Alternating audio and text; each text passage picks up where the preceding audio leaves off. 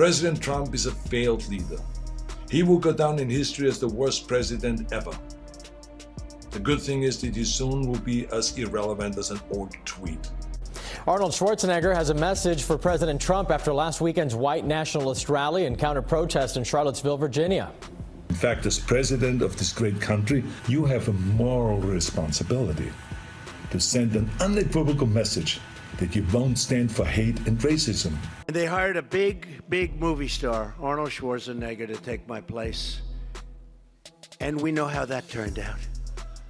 The ratings went right down the tubes. It's been a total disaster. And Mark will never, ever bet against Trump again. And I want to just pray for Arnold if we can for those ratings, okay? Arnold Schwarzenegger didn't just call out Donald Trump, he detonated a truth bomb live on TV that shook the very foundation of Trump's public image. It wasn't just another celebrity clash. No, Arnold had dropped a bombshell that exposed Trump's hypocrisy in ways no one had dared before, leaving the GOP scrambling for cover. The moment was calculated, brutal, and decades in the making, built on watching Trump unravel America's moral compass. The Austrian actor and former governor didn't. As an immigrant to this country, I would like to say a few words to my fellow Americans. President Trump sought to overturn the results of an election, and of a fair election. He sought a coup by misleading people with lies. Donald, I have a great idea. Why don't we switch jobs? You take over TV because you're such an expert in ratings, and I take over your job, and then people can finally sleep comfortably again. Mince words. With his signature accent cutting through the noise, Arnold confronted Trump's anti-immigrant rhetoric, pointing out a glaring hypocrisy. "You scream about immigrants destroying the country," he said, "but you married one, not just any immigrant, mind you, but someone who got a visa upgrade most Americans could only dream of." His target was Melania Trump, and his message couldn't have been clearer. While Trump rants about border walls and anchor babies, his own wife had entered the country under the highly selective Einstein visa, reserved for people of extraordinary ability. President Trump, I just saw your press conference with President Putin, and it was embarrassing. I mean, you stood there like a little wet noodle, like a little fanboy.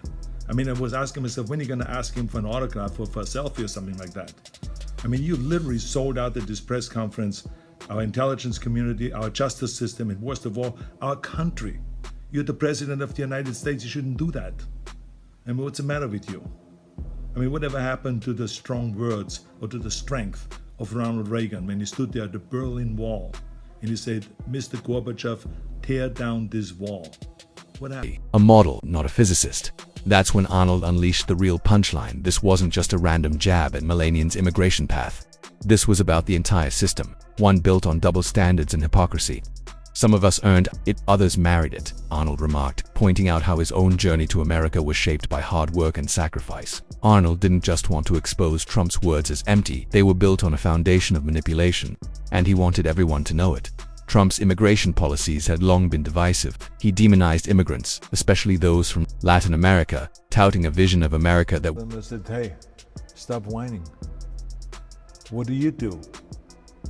I said, we all have a responsibility. What do you think, the action comes only for the whole world out of Washington, the White House? No."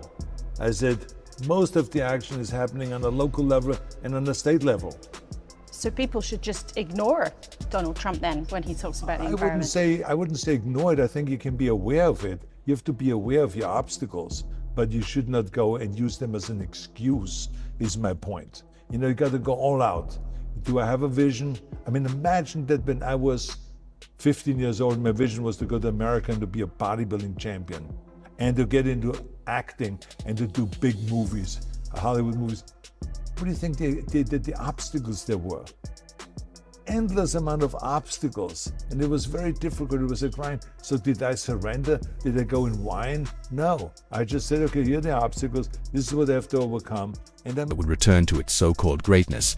But Arnold had seen it all too clearly. While Trump railed against the very idea of immigrants, he benefited from them, one of them, no less, living right under his roof. The revelation wasn't just about the visa. It was about the system that allowed such contradictions to persist. Trump wasn't just a hypocrite, he was a master of creating narratives that suited him, regardless of the truth. The internet exploded in response. Twitter, as always, became the battleground for conservatives and liberals alike.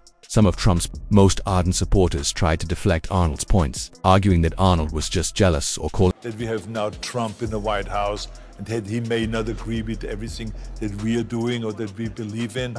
I don't fall for this excuse. I think that you should just shift gears, have a big vision. What is it that you can do rather than whining?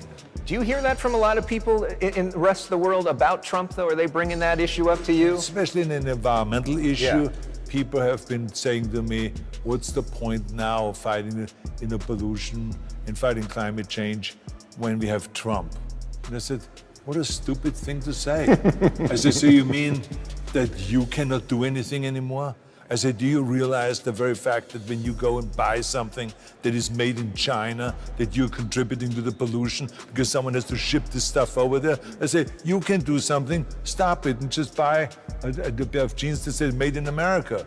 It's that simple. calling him a Reno Republican in name only. But the truth hit too hard for anyone to ignore. Arnold had not only exposed Trump's hypocrisy but also ripped through the thin veil that protected his public persona. This wasn't just about Melania's visa, this was about a brand built on lies. A brand that made promises to Americans about making the country great again, yet when confronted with those same values, revealed itself to be nothing more than a performance. Trump had painted himself as a man of the people, someone who understood the struggles of ordinary Americans. Yet here was Arnold, an immigrant who had come to America with nothing, made it on his own, and now pointed out the hypocrisy in front of millions. History shouldn't repeat itself. Donald Trump is now the front runner to be the nominee of your party, of the Republican Party. Given everything you said, does that concern you? Absolutely not, because being a front runner of one party and letting them dig this hole deeper and deeper is going to make it easier for the Democrats in the end to win. It's sad to see that they couldn't come up with a new talent, with a new face that is a reasonable, smart, intelligent person that can lead this country in a Republican way. You think there's no way he would win again? No. What if he did? What is if it is a hypothetical question? But I can guarantee you that he's going to go maybe get the Republican nomination.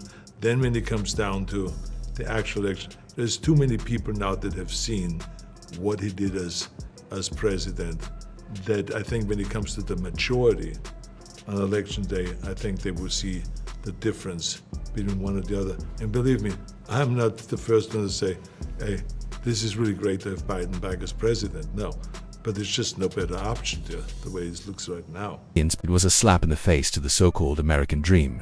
Arnold's words weren't just an attack, they were a reflection of his own experiences. I arrived in America with nothing, Arnold said. I learned English through movies. I worked jobs that Trump's family would have called beneath them, but I built a life, while Trump built towers. Arnold wasn't trying to insult Trump's wealth. He was highlighting what Trump had never seemed to understand. The real strength of America wasn't in its towers, but in its people. Immigrants, who came to America, worked hard, and contributed in ways that Trump's wealth and privilege never could. But Arnold didn't stop there. He took aim at Trump's weaponization of nationalism, a tool Trump had used to manipulate his followers into supporting policies that only served the elite. Arnold, on the other hand, dissected the Make America Great Again slogan like a surgeon. You want to make America great again? Arnold asked. Try acting like a leader instead of a YouTube troll. The audience laughed, but the undertone was deadly serious. Arnold wasn't just calling out Trump's rhetoric, he was dismantling his entire brand. In the same breath, Arnold reminded the world of the moral rot at the core of Trump's leadership. He pointed to the Charlottesville incident, the tragic deaths of immigrants in detention, and Trump's notorious mocking of a disabled reporter. It wasn't just one offense, it was a pattern of behavior that had persisted throughout his presidency. This man doesn't want to lead America, Arnold declared. He wants to control it like a reality show with no cancel button. And that, in a nutshell, was Trump's true agenda. The next morning, Trump did what he does best. He fired off a wild rant on Truth Social. In typical Trump fashion, he called Arnold a washed-up fake Republican and a foreign nobody. But even Trump's tantrum couldn't hide the fact that Arnold's words had struck a nerve. Because when Trump resorts to name-calling, it means one thing: he's hurt. And in this case, it was the truth that hurt him the most. Arnold didn't respond. There was no tweet, no rebuttal, just silence. And that silence was more powerful than any tweet could ever be. When you've already exposed the emperor's nakedness on live television, there's no need to explain yourself. Arnold had done what few dared to do: call out the emperor for what he truly was.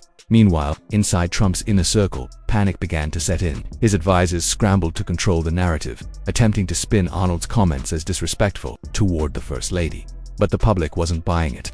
Even conservative commentators started to question why Melania, of all people, wasn't being scrutinized for her immigration path. Fox News guests awkwardly defended Melania's visa, the status. But it was too late. The floodgates had opened. Old clips of Melania's cryptic interviews resurfaced. Her visa status was dissected again by immigration lawyers, and late-night hosts had a field day. Arnold's clip continued to go viral, racking up millions of views. This wasn't just a viral moment, it was a cultural autopsy, and the myth of Trump's moral superiority was the corpse on the table. Arnold had done